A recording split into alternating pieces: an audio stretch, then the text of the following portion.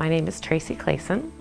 I am a wife, a mother, a daughter, a sister, a retired physiotherapist, and a cardiac event survivor. In 2006, I lost a dear friend by the name of Darlene Williams, and it was her vision and her legacy through her friends, her family, the community, and the foundation that we have devoted this room called the Darlene Williams Room, the Comfort Room, for patients and their families to gather and perhaps share a meal, watch a movie, and visit in a comfortable environment. And I'm sure she'd be really proud of what everybody's done and how it's being used today. 2009, I was a healthy 40-something woman working part-time with 4 children, super active, didn't have a care in the world. So a doctor that I had never met before told me that I needed a heart transplant. It was shocking, it was terrifying. I just couldn't believe what I had heard because I felt so good. Put me through the ringer, every test you can imagine, and came back with a little bit of a different report that said I probably had something called athletic heart syndrome, and that's why the chambers of my heart were dilated. So talk about relief. He basically said, go live your life, don't worry about it, and I did.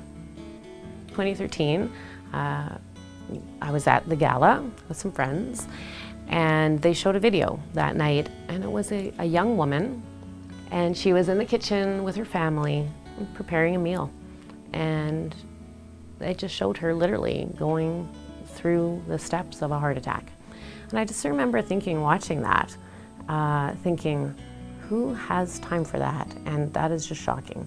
Even though, again, academically, I know that this happens. When you see it, you think, wow, and you put a name to that problem and you see a family, it means something a little different. So when I woke up with those exact symptoms a week later, it was like, wow, I've seen this, but this can't be happening to me. And that's another thing that I want to share with you is that I had a huge feeling of embarrassment and denial when I woke up with those symptoms. So October 9th, 2013, I was having a great day.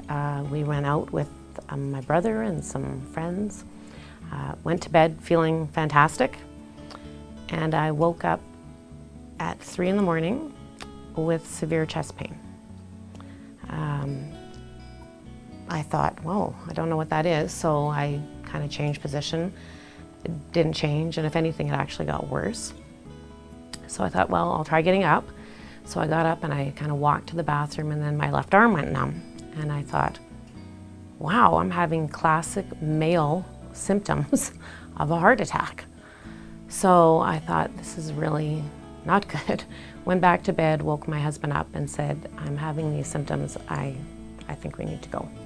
So we came into the Vic and I was triaged immediately. And all of a sudden the drape is pulled and in they come. So we have women with echocardiogram machines in their carts, we have x-ray technicians with their machines, and we have lab techs with their machines, and I got to know them all. So they were in frequently for the next few days.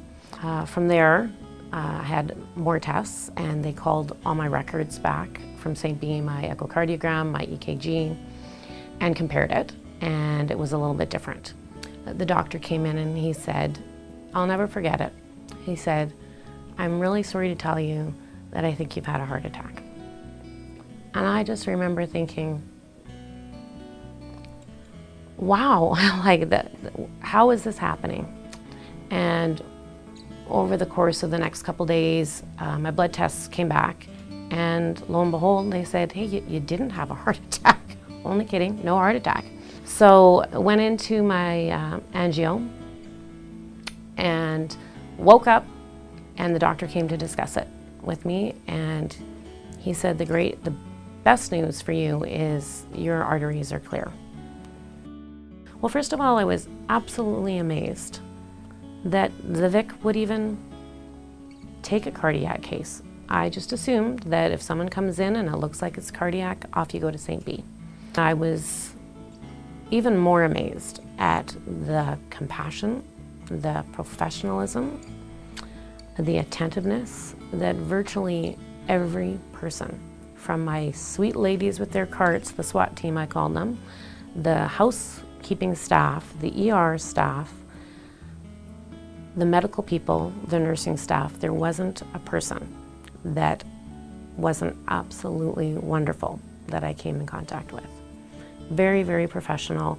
I firmly believe that I wouldn't have received better care at any other hospital in North America. For Her Heart's Sake is a program that is innovative and new, and it's a program that's designed for women on an outpatient basis. Women, we're unique. We're unique in the way we present. We're unique in the way we process things, the way we learn, the way we absorb. So we need a special program to keep care of these special, special people. And this is what Her Heart's Sake can offer. It's modeled after the Mature Women's Center, and it's interdisciplinary approach, so there'll be all kinds of resources available for women. Women today are juggling so many things, and as you know, this can happen to a woman who's working, looking after elderly parents, looking after her young children. There are so many roles and hats that women wear, and this is an individualized program. So this is something that is very needed, very much needed in our community. So when you're looking around and you're looking at the women in your life, whether they be your grandmothers, your daughters, your sisters, your wives, think about the importance of this program.